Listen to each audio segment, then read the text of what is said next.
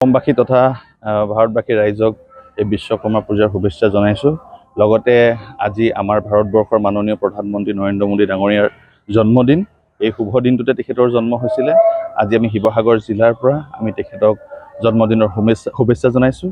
লগতে আপোনালোক সংবাদ মাধ্যম সকলোকে শুভেচ্ছা জনাইছোঁ আৰু অসমৰ সংবাদ মাধ্যমকো শুভেচ্ছা জনাইছোঁ। আপোনালোকে জানে যে বিশ্বকৰ্মা পূজা এনে এক পূজা হয় য'ত মানে বিশ্বৰ প্ৰথমজন খনিকৰ হিচাপে আমি সকলোৱে জানো আৰু ইয়াতে জড়িত হৈ থকা বিভিন্ন আৰ্টিজেন হওক বা ইঞ্জিনিয়াৰসকল হওক বা বিভিন্ন কৰ্মৰ লগত জড়িত থকা প্ৰতিজনে আজিৰ দিনটো উদযাপন কৰে বিশ্বকৰ্মা পূজা হিচাপে। তেওঁলোকে নিজকে প্ৰেৰণা পায় এই পূজাৰ জৰিয়তে।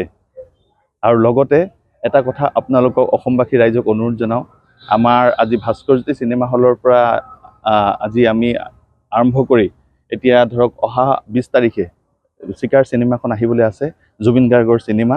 সকলোকে অনুৰোধ জনাইছোঁ, সকলো আহিব চিকাৰ চিনেমাখন এনজয় কৰিবৰ কাৰণে আৰু সুন্দৰভাৱে ভাল হ'ব বুলি আশা কৰোঁ, কাৰণ বহুত বাহিৰতো ইয়াৰ শ্বুটিং চলিছে।